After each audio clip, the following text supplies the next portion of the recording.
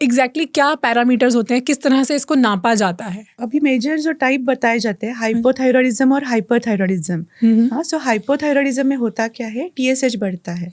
So normal range जो आप पूछ रही हो 1.5 to 5। जो अभी चंद्रश मैडम बोल रहे हैं, like it's that was the standard levels for TSH, normal 0.5 to 5। सो देखते हैं। 0.5 to 5 के बीच में है तो हम उसे कंसिडर करेंगे ये नॉर्मल है। अभी जो नया जो इसका साइंस आ रहा है जिसमें ये लेवल्स और थोड़े उन्होंने नीचे कर दिए, उनका ये कहना है कि 0.3 to 2.5।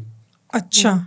और मोर प्रिसाइजली अगर मैं बात करूंगा तो 1 से 2 के बीच में होता है, उसको ऑप्टिमल रेंज बोला जाता है। ऑप्टिमल 2 से मेरा 5 तक जा रहा है तो आप प्री थायराइड में एंटर कर रहे हो। प्री थायराइड, इसको हम ऐसे बोल सकते हैं, प्री थायराइड। और 5 के ऊपर गया तो ऐसा बोला जाता है कि आपको अभी हाइपोथायराइडिज्म हो गया। और ये उल्टा है, अब देखोगे तो हम तो बोल रहे हैं कि लेवल बढ़ रहे, तो लेवल बढ़ रहे तो हाइपो कैसे हो गया? हाइपो का मतलब कम होना।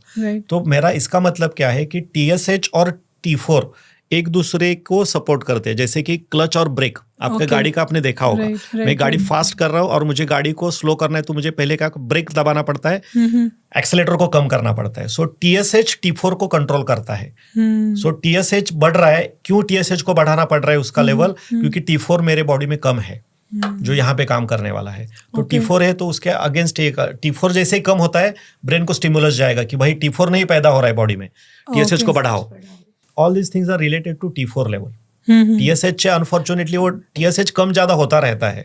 लेकिन आज के जमाने में सब लोग फोकस करते हैं TSH के ऊपर। एक्चुअली हमें फोकस करना चाहिए T4 और T3 के ऊपर, क्योंकि रिलीज तो T3 और T4 को करवाना है। तो T4 अगर मेरा तो T4 मेरा कम हो रहा है, इसके वजह से उसको हाइपो बोला गया है। हाइपरथायराइड किस केस में होता है? उल्टा होता है, जिसमें आपके TSH के लेवल कम हो जाते हैं और T4 के लेवल बहुत ज्यादा बढ़ जाते हैं। ब्रेक फेल वाली गाड़ी है। व्हिच मींस TSH जब 1 से भी लेस हो या 0.5 से भी लेस हो, 0.0 से भी लेस हो जाता है वो, क्योंकि T4 ज्यादा है तो ब्रेन को स्टिमुलेट्स जाएगा कि भाई ऑलरेडी T4 ज्यादा है, तू ऊपर से मुझे प्रेशर मत डाल। जैसे अब मैंने एनालॉजी दिया था boss, manager and employee. Manager अगर फुल्ली ऑक्यूपाइड है तो बॉस क्या बोलेगा कि भाई तेरे पास ऑलरेडी इतना काम है, मैं तुझे नया काम नहीं दे सकता हूँ। और अगर मेरा मैनेजर फ्री बैठा है या फिर वो अंडर वर्क्ड है, वो अगर काम नहीं कर रहा है तो मैं बोलूंगा भाई तू फ्री बैठा है, तुझे तो स्टिमुलेट करना पड़ेगा। तो वो ऊपर से वो स्टिमुलेट हो गए।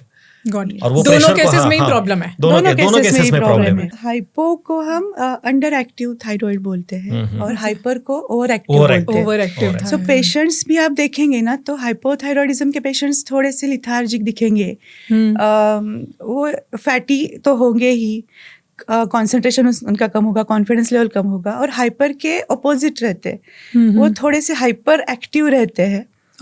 उनको भूख भी लगती है लेकिन उनका वजन नहीं बढ़ता।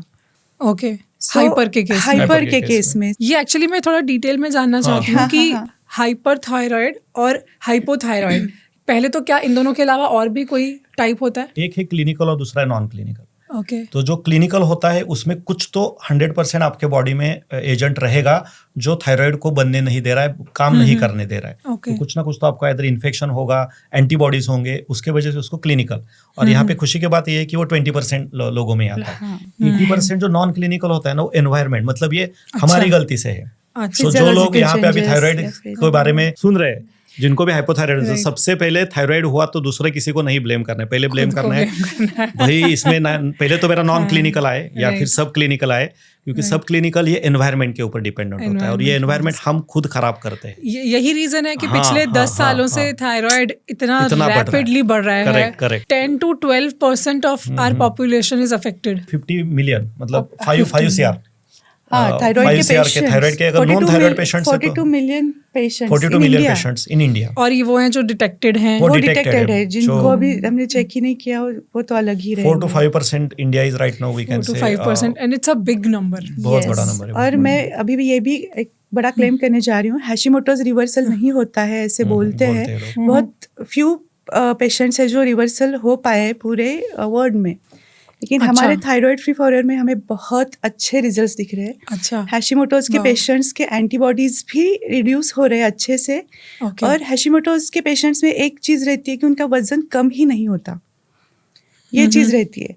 लेकिन हमारे सिस्टम में लोगों का 15 से 18 kg वेट लॉस हो चुका है एंटीबॉडीज भी समथिंग 800 प्लस थे, वो 200 के नीचे आ रहे हैं विद इन 7 to 8 months. सो अगर आप अच्छे से वो लाइफस्टाइल मॉडिफाई कर पाए तो डेफिनेटली आप हैशिमोटोज से भी रिड्यूस हो सकते हैं या फिर रिवर्सल पा सकते हैं. Thank you so much for watching this clip. ये क्लिप हमारे मेन एपिसोड का एक पार्ट था जिसमें हमने और भी बहुत सारी डिटेल्ड इन्फॉर्मेशन डिस्कस की है थायराइड को नेचुरली रिवर्स करने के लिए. अगर आप उस पूरे एपिसोड का फ़ायदा लेना चाहते हैं तो आप डिस्क्रिप्शन में दिए गए लिंक पर विजिट कर सकते हैं.